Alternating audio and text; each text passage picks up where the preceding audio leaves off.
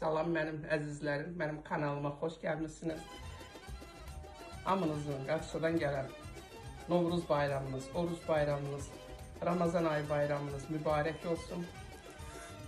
Azərbaycanın ən gözəl milli bayramlarından biri olan, əziz bayramlarımızdan biri olan Novruz bayramı, Ramazan ayı bayramımız xoş qədəmlərlə gəldi, xoş qədəmlərlə qarşılayaq.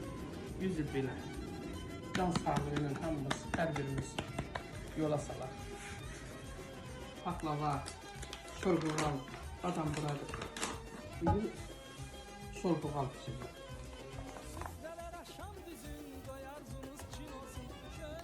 Mən sizləri apora hazırlayacağım indi. Apora için droş götürüm. Tuz ve su. Bunlarla değil.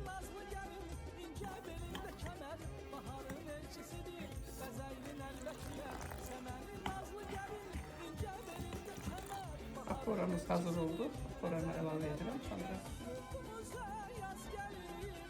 Barışsın küsenler, talihsize yar olsun. Sevilenler, sevenler, yurdumuza yaz gelip. Biz barışsın küsenler, talihsize yar olsun. Sevilenler, sevenler, şeker bırak aklına, bezer verir komşaya. Baharın nimetidir, öyle obaya. Şeker bırak aklına, bezer verir. Yarım saat gözleyip yarım saatten sonra başlayacağım kamera bildirmeye. Çok acımak lazım değil. Şeker bırak aklına, bezer verir komşaya. Baharın nimetidir, öyle obaya.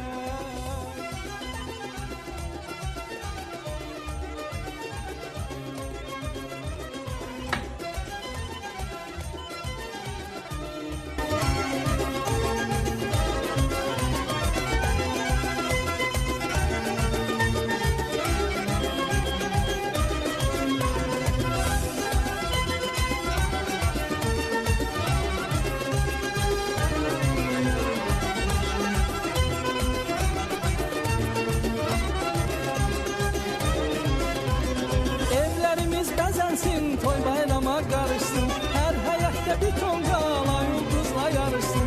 Evlərimiz bezensin, toy bayrama karışsın. Her həyətdə bir ton qala yıldızla yarışsın. Səmənin nazlı gəlin, incə belində kəmər. Baharın elçisidir, bəzəyli nəlbəkilər.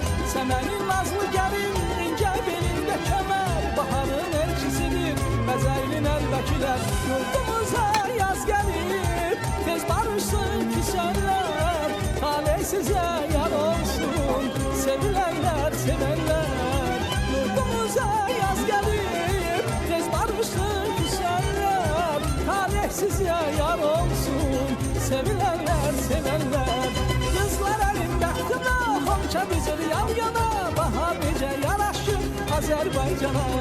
Kızlar elin bəxtinə, xonça bizir yan yana, bahar necə yaraşır Azərbaycana. Kızlar elin bəxtinə, xonça bizir yan yana,